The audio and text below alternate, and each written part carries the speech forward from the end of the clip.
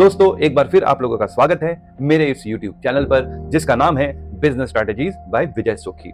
जो लोग मेरे साथ जुड़े हुए हैं उनको पता है कि हम एक सीरीज के ऊपर डिस्कशन कर रहे हैं और ये सीरीज काफी सेंसिटिव सीरीज है उन लोगों के लिए जो अपने बिजनेस को स्टार्ट करने वाले हैं। इस सीरीज की खासियत यह है कि आपको ये पहले से ही आगाह कर देगा कि आप किन चुनौतियों का सामना करने वाले हैं और उनका समाधान क्या है। अभी तक इस सीरीज में हमने करीब 4 ऐसे पॉइंट्स पे डिस्कशन किए हैं। आज हम 5th पॉइंट के ऊपर डिस्कस करेंगे। आइए बिना किसी देर के शुरू करते हैं आज का ये एपिसोड।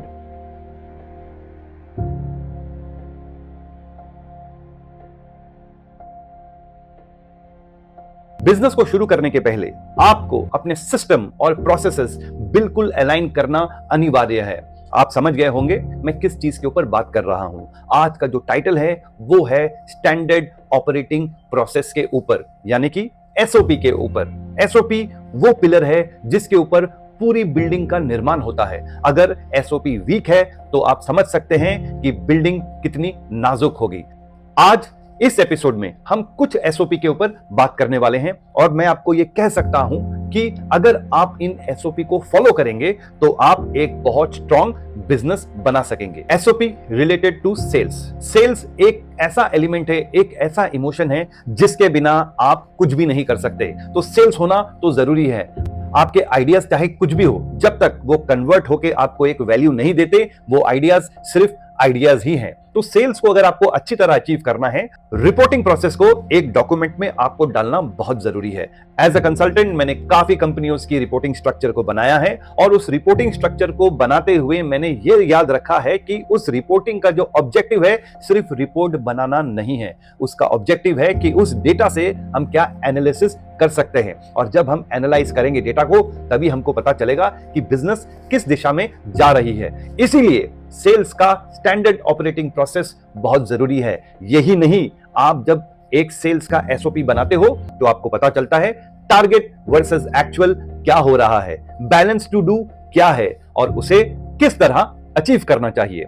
अब हम सेकंड पॉइंट पे आ जाते हैं। सेकंड पॉइंट को कहते हैं डिस्ट्रीब्यूटर अपॉइंटमेंट फॉर्म। काफी सिंपल लगता है लेकिन ये है नहीं, क्योंकि जब भी हम किसी डिस्ट्रीब्यूटर को बनाते हैं तो याद रखिए उस डिस्ट्रीब्यूटर के ऊपर वो कंपनी बहुत डिपेंड हो जाती है और अगर उस डिस्ट्रीब्यूटर अपॉइंटमेंट में कुछ गलती हो गई तो बहुत बड़ा प्रॉब्लम हो जाएगा। आप डिस्ट्रीब्यूटर अपॉइंटमेंट करते कैसे हैं, वो भी एक डॉक्यूमेंट होता है। वो आपको बताता है कौन सा इंफॉर्मेशन आपको चाहिए उस डिस्ट्रीब्यूटर का। इसके साथ उस डॉक्यूमेंट में यह भी मेंशन रहता है कि आप उस डिस्ट्रीब्यूटर के बारे में मार्केट से किस तरह इंटेलिजेंस निकालेंगे, तो आपको और एश्योरेंस हो जाएगा कि आपका डिस्ट्रीब्यूटर सही है या गलत। इसके बाद जो थर्ड पॉइंट है वो है क्रेडिट पॉलिसी। आप अगर क्रेडिट दे रहे हैं तो आपको पता होना चाहिए कि आप कितना क्रेडिट दे रहे हैं, कितने दिन के लिए दे रहे हैं।